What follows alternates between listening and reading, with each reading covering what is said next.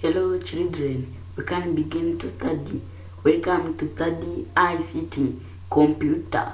This is computer. What is computer? Computer, it is an electronic device that accepts data input, data process, storage and output information. Infection of computer, data input, data process, storage, output information. Their main components of computer systems: computer hardware, computer software. They are many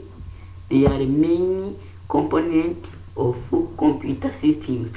Computer hardware, computer software. There are many reasons to use computer. They make work easier, they save money and time, they don't Fautide. They can be used different researchers. They can be used in different researchers, hospital, military, business, security service, education. Element of communication: sender, channels, content, a feedback, receiver. Goodbye, work. Subscribe in our YouTube channel, King Fautide. Goodbye, it's okay. Work, subscribe in our YouTube channel. Hello.